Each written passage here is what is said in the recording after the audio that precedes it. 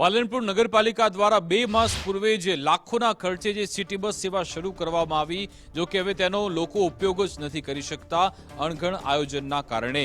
આ સુવિધા હાલ શહેરીજનો માટે માથાનો દુખાવો સમાન છે। 9 જેટલી સિટી બસ સેવા શરૂ થઈ હતી, જો કે સિટી બસનું કોઈ નિશ્ચિત સમયપત્રક કે બસ સ્ટેન્ડ જેવી પાયાની સુવિધા ન હોવાથી મુસાફરોને રિક્ષાઓના મોંઘા ભાડા ખર્ચી મુસાફરી કરવા મજબૂર બનવું પડે છે।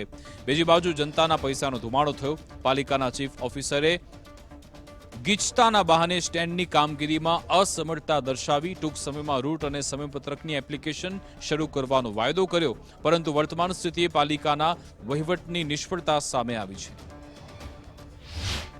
પાલનપુરની સિટી બસ સેવા છે એ ઠગારી નીવડી છે।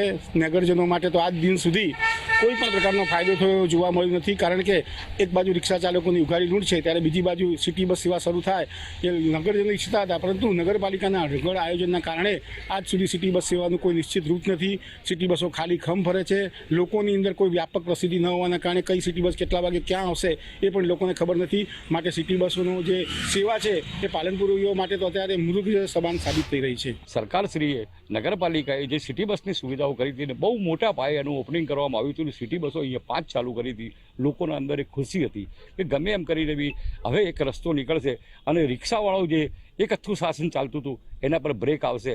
પણ આ બધી વસ્તુઓ, આ સપના ચકનાચૂર થયા। આ વિશ્વાસઘાત થયો છે। કોઈ સ્ટેન્ડ નથી। સિટી બસ ક્યારે નીકળે છે, ક્યારે જાય છે, ક્યાં જાય છે, કોઈ ખબર નથી। કોણ કંડક્ટર કોણ ડ્રાઈવર છે એ પણ ખબર નથી। તો ખરેખર સરકારે આની સારી વ્યવસ્થા ગોઠવવાની જરૂર છે।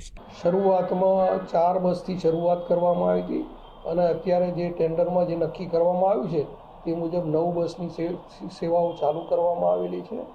જે ટાઈમ ટેબલની જ્યાં સુધીની વાત છે, જે રૂટ નિયત કર્યા હતા જે તે વખતે, તે રૂટ ઉપર તમામ બસો કાર્યરત થયેલી છે અત્યારે। અને જે તે વખતે જે નિર્ણય કરવામાં આવ્યો હતો કે એજન્સી એક સોફ્ટવેર તૈયાર કરશે, એપ્લિકેશન તૈયાર કરશે, તે એપ્લિકેશન હાલ પ્રોસિજરમાં છે। લગભગ આગામી અઠવાડિયા સુધીમાં એપ્લિકેશન પણ તૈયાર થઈ જશે અને લોકોને કયા સમયે કઈ જગ્યાએ બસની સેવા ઉપલબ્ધ થશે તેની પણ માહિતી લાઈવ અપડેટેડ મળી રહેશે।